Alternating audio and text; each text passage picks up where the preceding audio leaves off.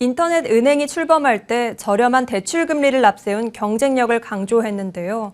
하지만 갈수록 금리가 뛰더니 이제는 시중은행 금리의 2배에 이르기도 합니다. 특히 은행 자체적으로 더하는 가산금리가 높았는데 이자 장사에 나선다는 비판이 나옵니다. 임지희 기자입니다.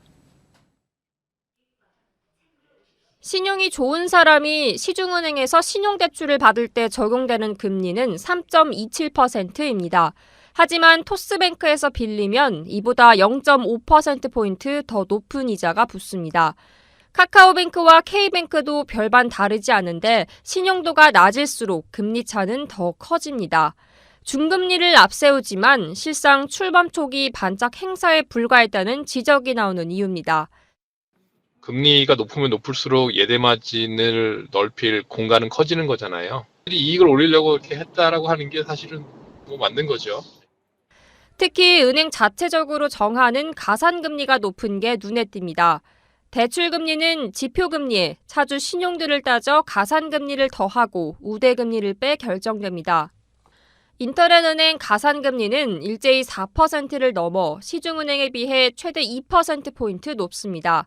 인터넷은행은 대출 대상이 넓어진 탓이라지만 지난해 중금리 대출 비중은 10%대 불과합니다.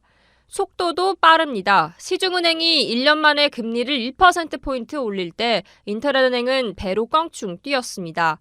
은행들이 기피하던 중저신용자 포용 약속은 무색해져 과도한 이자 장사란 비판이 나옵니다. 기존 은행과 금리 경쟁을 예상했던 카카오와 K뱅크는 높은 예대 마진에 지난해 3분기까지 이자로 거둔 수익만 7,026억 원에 달했습니다.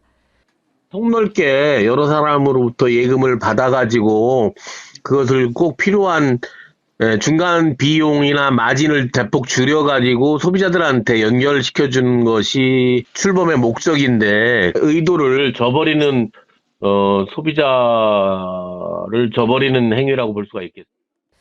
이런 상황에 올해 인터넷 은행들은 하나같이 중금리 대출 확대를 선언했습니다. 이자 수익 경쟁에 머물러 출범 취지가 무색해진 게 아니냐는 지적이 나오는 가운데 포용금융 책임에는 뒷짐만 지고 있는 건 아닌지 스스로도 돌아볼 필요가 있어 보입니다. 머니투데이 방송 임지희입니다.